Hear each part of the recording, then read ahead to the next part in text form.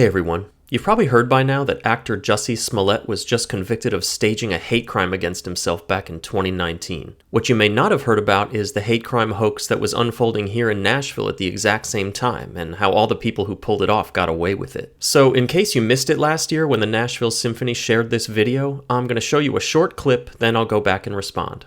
Here we go. I came to the Nashville Symphony as an intern oboist. Then because of the nature of that position, I had to audition for the permanent seat. And after I won the audition, then on, this person started to antagonize to the point that it escalated to actual subcoded physical threats. He racialized our relationship. All of a sudden, with your hair, you put a pick in your hair. What do black people think about Bill Cosby? And who are you voting for? Black people. He also was like, can I rap for you? I want to rap some Biggie Small lyrics. So starts rapping in front of me using the N-word. This was going on constant. The orchestra then took the right initiative because they did anti-racism training. I've been having these conversations with the organization for the past 2 years about how to recognize these things.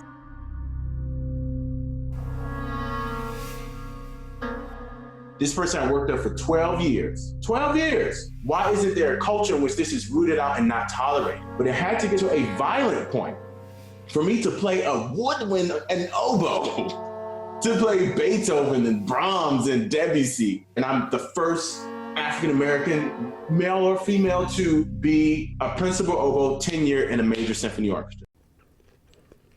Is he done yet? Alright, good.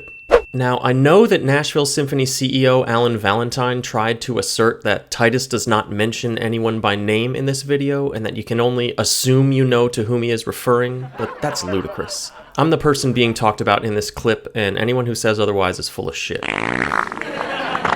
Once again now, from the top.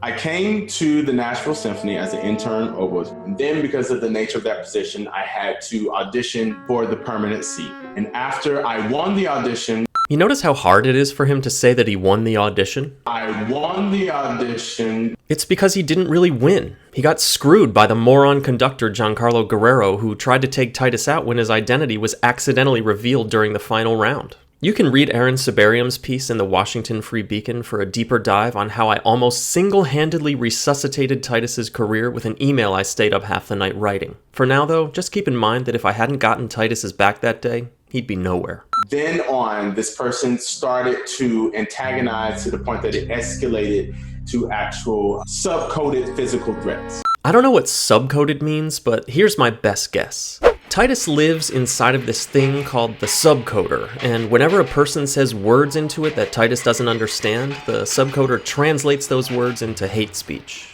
Here it is in action. He racialized our relationship. All of a sudden, with your hair, you put a pick in your hair. You'd think it would be okay for a hair model like myself, who gets stopped on the street all the time by strangers asking me how I get these curls, to give props to a coworker for his equally strong hair game, particularly when looking good for the audience was in our job description. How ignorant of me not to realize that that was a fireable offense. What do black people think about Bill Cosby? No, we were talking about our favorite stand-up comics, and I said I was a bit ashamed to admit that I still think Bill Cosby's old routines are funny, and I asked Titus if he did too. I guess the subcoder translated "Do you think Bill Cosby is funny?" into a question I would never ask: what do black people think about Bill Cosby? It's either that or Titus is just so arrogant that he appoints himself the spokesperson for all black people every time somebody asks him a question. I'm not sure.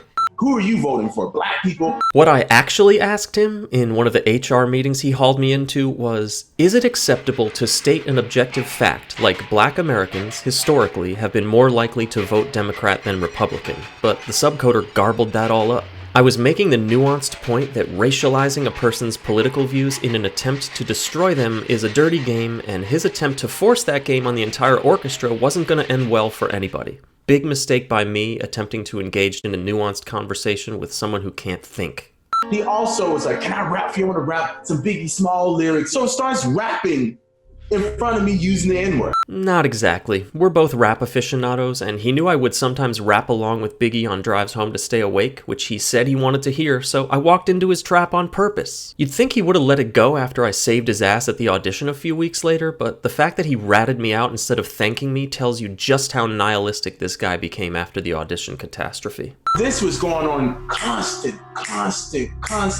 It wasn't wasn't, but hey, maybe this makes what I'm saying more believable. The orchestra then took the right initiative because they did anti-racism training. I've been having these conversations with the organization for the past 2 years about how to recognize these things. Not only does he characterize my firing as the right initiative, he also acknowledges anti-racism training's role in paving the way for this witch hunt, and then he brags about helping the orchestra recognize these things, which entailed a year of him prowling the backstage area and spying on all my conversations, which he would then send through the subcoder, fill in the gaps with fiction, and report to management. By the way, for anyone who still hasn't figured out that wokeness is a cult, look at those prayer hands while he's telling you to recognize things that aren't there.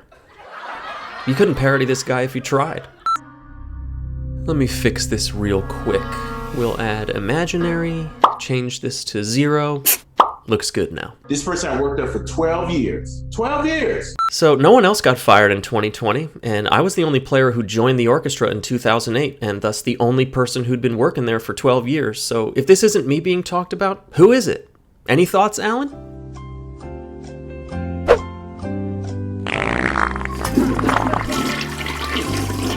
Why isn't there a culture in which this is rooted out and not tolerated? But it had to get to a violent point for me to play a woodwind and oboe, to play Beethoven and Brahms and Debussy. So is the story that I was threatening violence in order to prevent Titus from joining the orchestra? If so, someone's going to have to explain the stand I took against the conductor and 8 of my ex-colleagues on Titus's behalf. And all the free coaching I gave him before the audition because I wanted to do anything possible to help him win. And the congratulatory bottle of wine in my locker with his name on it that was FedExed to my house in a box with the rest of my belongings after I got fired. Somebody, please make any of this make sense. And I'm the first African-American, male or female, to be a principal oboe tenure in a major symphony orchestra. Which means everybody should treat you like you're Jackie Robinson, even though you're Jussie Smollett. Got it. So you might be wondering, why did Giancarlo try to take Titus out at the audition? Is Giancarlo racist, or is Titus just not that good? Those are fair questions, so here's my position. Titus is a talented player and a great auditioner, but he's underdeveloped socially and cartoonishly fragile. I always thought his obsession with his identity was a hindrance to him, but I believed that if he could win the audition behind a screen, he would gain the respect of his colleagues and eventually reach his full potential. But when his cover was blown in the audition, Giancarlo saw an opportunity to make Titus someone else's problem, and he seized it. I objected immediately, not only because this was the foulest and cruelest thing I had ever witnessed, but also because I believed the Nashville Symphony could be the perfect place for Titus if he had the right kind of support around him. As long as the institution was willing to do the work necessary to capitalize on the tremendous value Titus would bring, developing him would be a worthwhile endeavor. I just never got the chance to make that case because Titus was hired without the committee's vote, which stamped him as the affirmative action candidate forever. Titus is correct that I became antagonistic after his audition, but the antagonism was directed at Alan and Giancarlo, not Titus. I even told Titus how furious I was with these scumbags for sabotaging his legitimacy, but the subcoder translated that into "I'm against this outcome." And once that lie was lodged in Titus's head, he set out to annihilate me. So in an effort to cope with the embarrassment and humiliation of being lied to and infantilized the way he was, Titus demanded the organization shift its focus onto its systemic racism problem, and he used me as the personification of that problem. After all, I had said a form of the N-word in his presence. What better proof could there possibly be of the thriving racist culture at the Nashville Symphony? Now, I admit, it was a crude and absurd experiment, but it yielded better results than I could have possibly imagined. Because of that experiment, everyone could see how far Titus was willing to go to convince people of his victimhood. Right away, it was obvious that Human Resources Vice President Ashley Skinner and Chief Operating Officer Steve Brosvig didn't appreciate the experiment or the headache that Titus's faux outrage was causing them, but after 2 years of carrying Titus's sorry ass through every concert, I was past the point of feeling sorry for them. In my view, I was doing Ashley and Steve a favor. They just weren't smart enough to see it. So instead of coming up with a solution, they quit and got better jobs.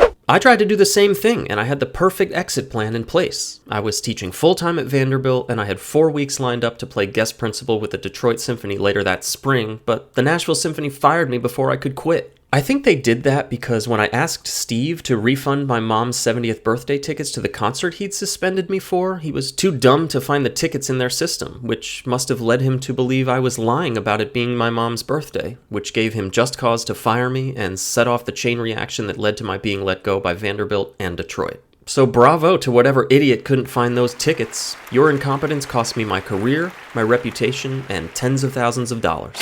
Also, how about a round of applause for completely useless union president Dave Pomeroy, who strung me along for 11 months only to refuse to grieve my firing right as the statute of limitations on a wrongful termination suit I might have filed was about to expire. How naive of me to think paying dues on over $1 million of earnings would entitle me to some kind of defense the one time I needed it.